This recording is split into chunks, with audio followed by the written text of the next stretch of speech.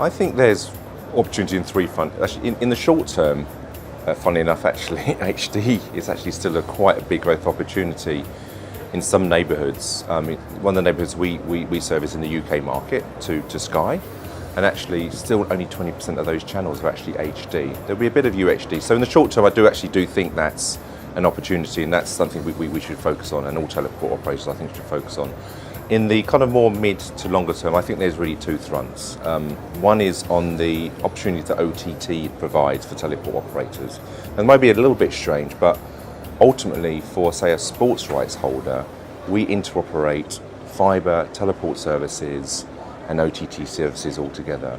And particularly in the sports space, if you can integrate those services together and deliver services, that's really, really important. So one of our big tier one US broadcasters who are launching in a few weeks' time in October, we are combining acquiring sports feeds by the teleport and fibre, switching it in our ground service teleport, and then sending it off to fibre over satellite and also to a OTT head-end in the cloud. So that is an exciting opportunity if teleport operators can interoperate their services. The third one, actually I got quite increasingly excited about actually at the Paris show was, let's call it the Internet of Things opportunity, the data opportunity. There is so much going on in the data part of the world, not as a satellite kind of stovepipe, but actually as an integrated communications offering. So I think if Internet of Things, which still kind of a little bit on a hype curve, if the satellite operators, the teleport operators, the mobile operators, and communication service provider can begin to integrate communications capability for the Internet of Things market, I think that's a really exciting opportunity because there's a big growth in that marketplace, as is getting operational entertainment data to planes and other kind of data applications around the world. So I do think that's a really exciting opportunity.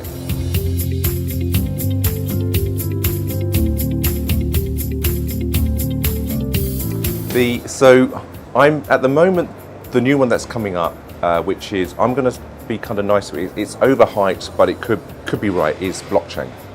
There's a lot going on in the industry about how these distributed ledgers can actually create new content, commercial models, could create better information sharing, and it's kind of overhyped because I think there's a level of understanding. So I think blockchain's quite an interesting technology platform for the broadcast industry, which could be interesting. It's overhyped here at the moment, but it could be something real, and I think that's obviously there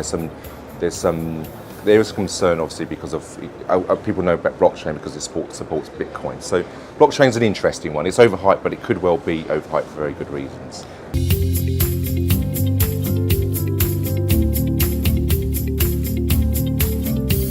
So there's two user cases. So one at the moment is one of the things that TV platform operators do to try to reduce their costs of getting particularly IP assets to TV platforms, peer-to-peer networking.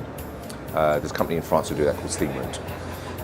And that's quite clunky because you've got multiple users trying to work out whether they're allowed to share data, and they use effectively localized Wi-Fi internet connections to reduce that distribution. A blockchain network with a distributed ledger, which has had this, multiple users with just one secure, one truth, could actually make that a whole lot easier because all the who can actually access which content is sitting in this distributed ledger. So that is one area. The other thing, is content deals. At the moment, people have in the content area, lots of different systems and very expensive legal teams working out who has which rights to actually communicate or distribute or publish.